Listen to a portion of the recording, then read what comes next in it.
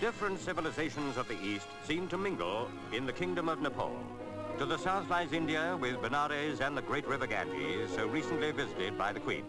To the north is Tibet, and on all sides in Kathmandu, the decorations and ornaments betrayed the Buddhist influence and hinted at Chinese culture. This capital of Nepal stands, as it were, at the crossroads of Asia.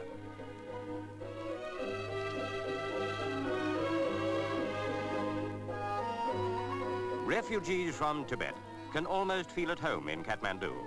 They can practice their religion openly, for in Nepal, the Buddhist faith exists side by side with Hinduism and often a mixture of both. But now, Western influence and Nepal's long connection with Britain were in evidence. King Mahendra, ruler of Nepal, was the royal host.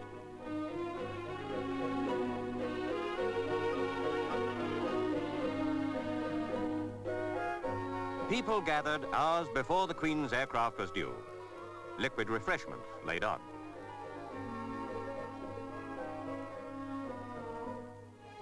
At the airport were the youthful King Mahendra and Queen Ratna. Not long ago, they were state visitors to Britain. Now it was Mahendra's turn to be host.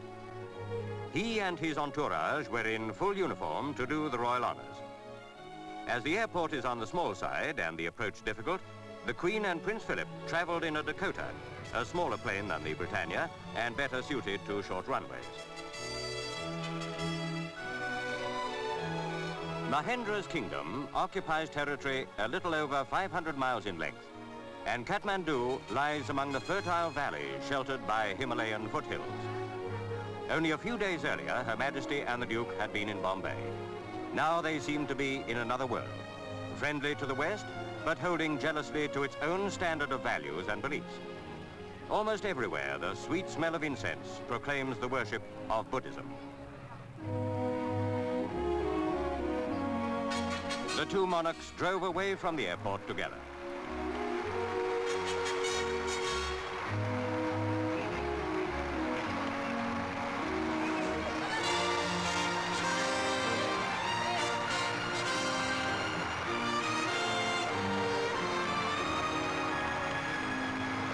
Prince Philip was accompanied by Queen Ratna.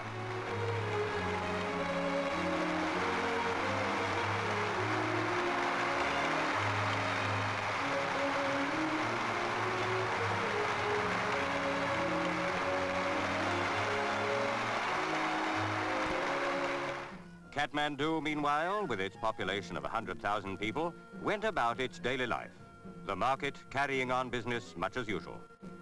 Nepal is a self-supporting country, necessarily so, for communication with the rest of the world is difficult. In fact, not so long ago, it was a dangerous adventure to travel far. Now, a tiger shoot had been organized by King Mahendra for his guests.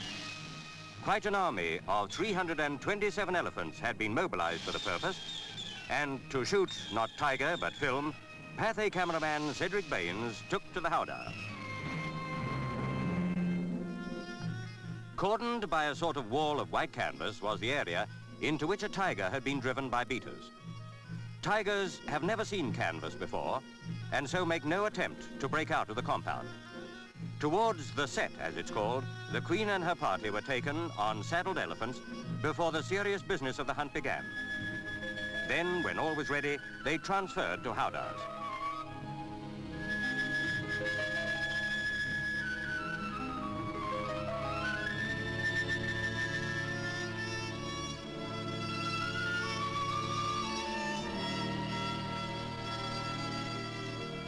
This is a land whose people have always lived under the menace of marauding tigers. The technique of hunting them, to keep their numbers within as safe bounds as possible, was perfected long ago.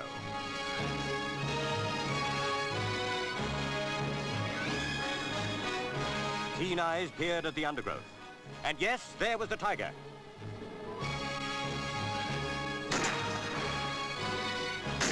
As the Duke had a whitlow on his trigger finger, the tiger was not royally slain. Nor was it even shot by the Foreign Secretary, who had an off day. However, Rear Admiral Bonham Carter and Sir Michael Erdene between them put an end to the beast. The tigress measured 8'8".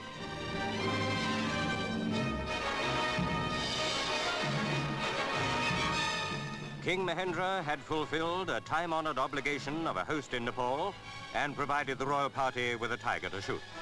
But there was more hunting to come. The next prey was a rhino.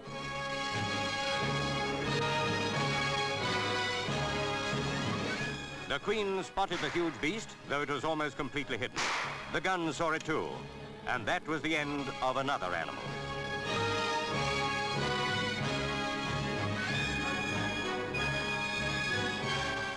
Nepal is the land of the Gurkhas, and at Pokhara, 200 veterans of world wars waited at the airfield to be presented to Her Majesty. In any company, Gurkhas are superb fighting men. The VC is proudly worn by Captain Lal Bahadur Thapar, won in Tunisia.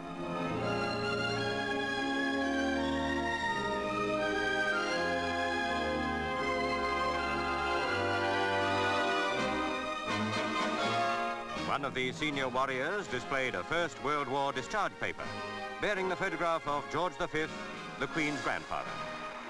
Great Britain can never adequately acknowledge her debt to the valiant Gurkhas. It was, unfortunately, now time for Her Majesty to bid goodbye to Nepal. With a host of most pleasant memories, she and the Duke left the romantic kingdom of King Mahendra.